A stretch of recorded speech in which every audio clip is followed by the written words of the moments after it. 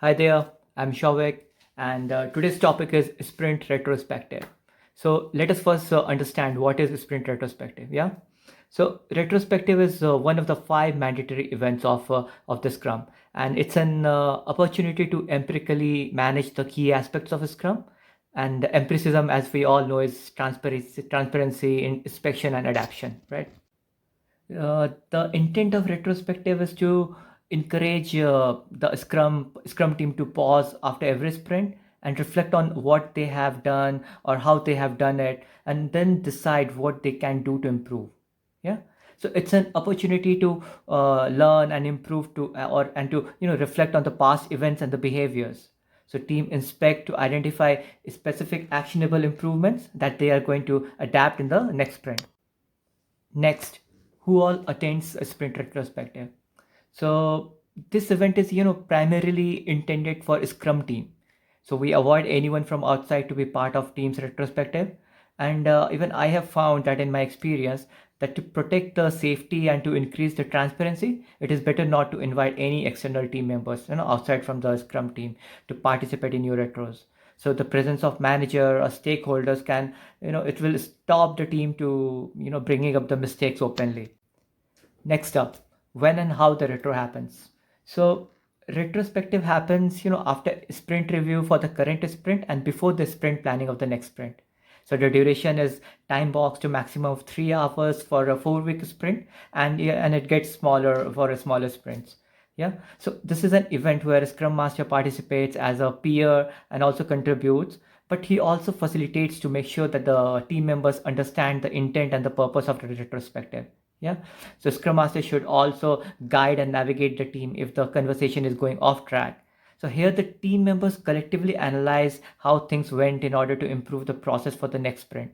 So they identify the observations like what's working or what's not, and then what can be improved, what can be added to the process, or what can be removed from the process. Yeah. Okay. So how a Scrum Master can help in retrospective? Yeah. So for a Scrum Master, it is very important to follow a structure, you know, a structure, a flow to facilitate the retrospective meeting to make sure that the team is engaged and collaborate openly to achieve the real intent behind retrospectives, right? So Scrum Master should start the meeting maybe with collecting information and the ideas from the team. He must create a positive vibe and give everyone an opportunity to speak and share their feelings. Then the Scrum Master should assist the team to think creatively, yeah, and to look for patterns, themes, and connections. He should also, yeah, help the team to analyze the data collected to come up with the clear actions. He must help the team to prioritize and identify a small number of concrete action items which the team can work upon in the upcoming sprint, right? And at the end, it is good practice for a Scrum Master to summarize all the findings during the meeting, right? Praise the things that done well. Yeah, Scrum Master should also allocate some time to check the pulse of the team, right? He can use the happiness metrics or a set of questions to gauge the happiness index of the team.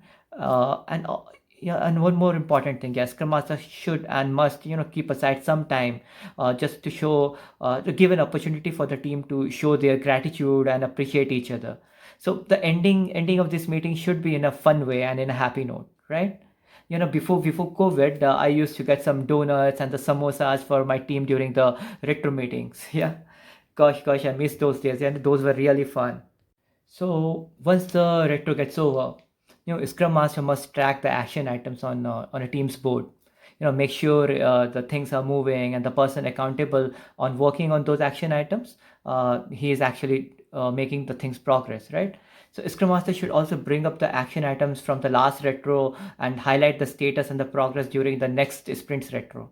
And we should understand that retrospectives give you invaluable insights that incrementally improve the team's workflow, output, and the overall teamwork over the time, right?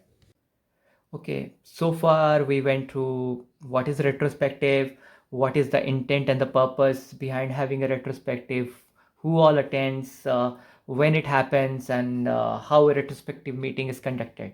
Okay, so now let us understand what one should not do during retrospective. Okay, so it is not a meeting for a blame game or fault finding, and it's not like about saving your ass and blaming others. So that's why Scrum Masters, many a times I have noticed that what they do is before starting a retro meeting, they read out the retrospective prime directive.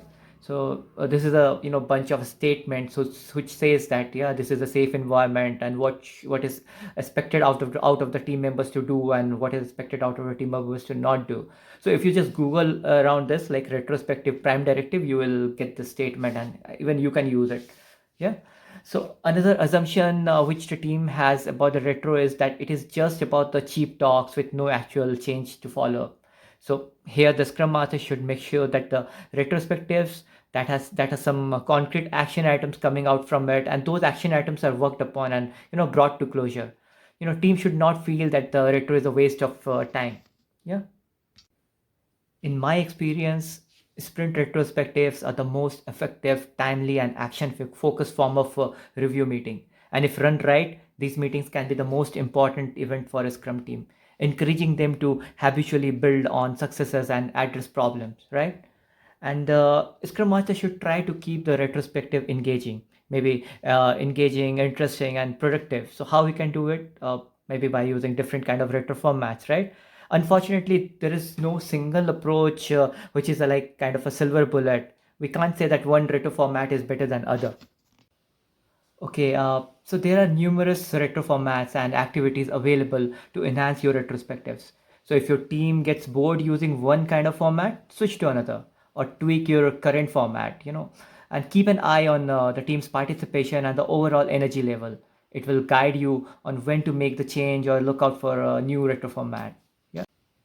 Sometimes even small changes like putting all the cards on the board at once or going around the room one at a time can be enough to re-spark the engagement and encourage team participation. So it is very important to mix things up and never be afraid to try out new formats, right? By the way, this is not the only time where the team can come up with improvements and do an inspect and adapt. Team can improve any day, anytime of the sprint. Yeah, but you must use this formal opportunity, which is retrospectives, to reflect and identify how the team might improve in the future, right? So before I sign off, I must say, I know the best way to keep retrospectives fruitful and productive is to continuously challenge the team to think of solutions in a new and interesting ways. Keep learning, keep scrumming. Cheers.